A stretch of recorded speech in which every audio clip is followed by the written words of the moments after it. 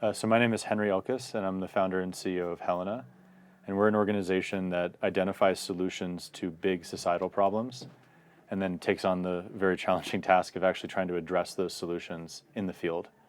And we run businesses, we invest, but we also do policy and nonprofit work. So it's across the board. And we just turned 10 this month. Congrats. We've been asking some of our guests tonight if they could reinvent society and inject a series of principles or values into that new world. What would those be? There's an amazing quote by a guy named E.O. Wilson, and I'm going to try to get it right, which is, "We have Paleolithic brains, we have medieval institutions, but we are developing godlike technology." And I think it describes the problem statement of society very well. Very well. If I were to design my own perfect society, I would design one that only develops our godlike technology at the same pace that our ethics can rise. And so long as we develop technology faster than we understand ethics and how to control it, we're going to end up in a very bad place. And I think that's the key issue that we have right now as a civilization. So if I were to redesign it, which would be very hard to do, I would solve that problem.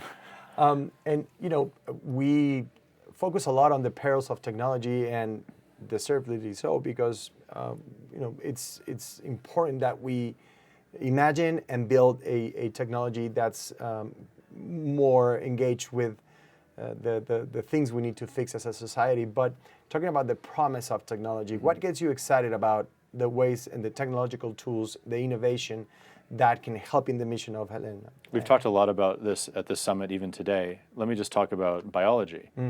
AI is leading towards a future in which we can solve all disease. But the same AI tools that can help us solve all disease can also create pathogens that are more spreadable and more deadly than COVID has ever been. So it's dual use. And just take AI, it doesn't care where it's being driven. So it's up to us as humans, and this goes back to ethics, to direct it in the right place. So while as an organization and personally, I am very excited about the future and what technology can produce and how that can blossom, we're not going to be able to experience that future if we don't solve for the ethical issues. And the conversations that bring us together, Yes. The conversations that take us away from this sort of confrontation and division and polarization that we see in our political dialogue, in our social interactions, are also an important part of this, just sort of articulating ideas and articulating possibilities. And I think it's at the core of what you've been doing these past couple of days. Yeah, well, I think one of the key problems that we have as a society is we talk in short form. We're talking on TikTok in 7 seconds, but these problems that we're discussing, they require nuance. They require long form discussion. So it's one of the things that Helena has built in our bedrock, is to have a small group of people that are not, on television. They're behind the scenes, and they're thinking in extremely long form about what nuanced solutions have to be taken into consideration to solve these issues. And so the discussion format, I know it's very basic, but we need to return to human discussion. We did a project called America in One Room that did very, very well, and we want to do a Mexico in One Room, where we brought together the most representative sample of the United States electorate, voting population ever assembled, and we did it in person. Wow. And everybody said these people are going to want to fight each other, they're never going to agree with each other. And what we found was the exact opposite. After 3 days of discussing all of the big hot button political issues facing the country, people came to the center, they came together, and the extremes fell away. And so humans are inherently collaborative, they're inherently good, but you need to put them face to face. No social media, no AI, because that actually can subvert our ability to have compromise and to have nuance in our discussions. And some of the terms that have emerged in these conversations, like purpose, like collaboration, I think they're in short supply. Yes. How do we scale that beyond not just the intellectual circles, the people with the big ideas that want to make a difference? How do you try to amplify that message?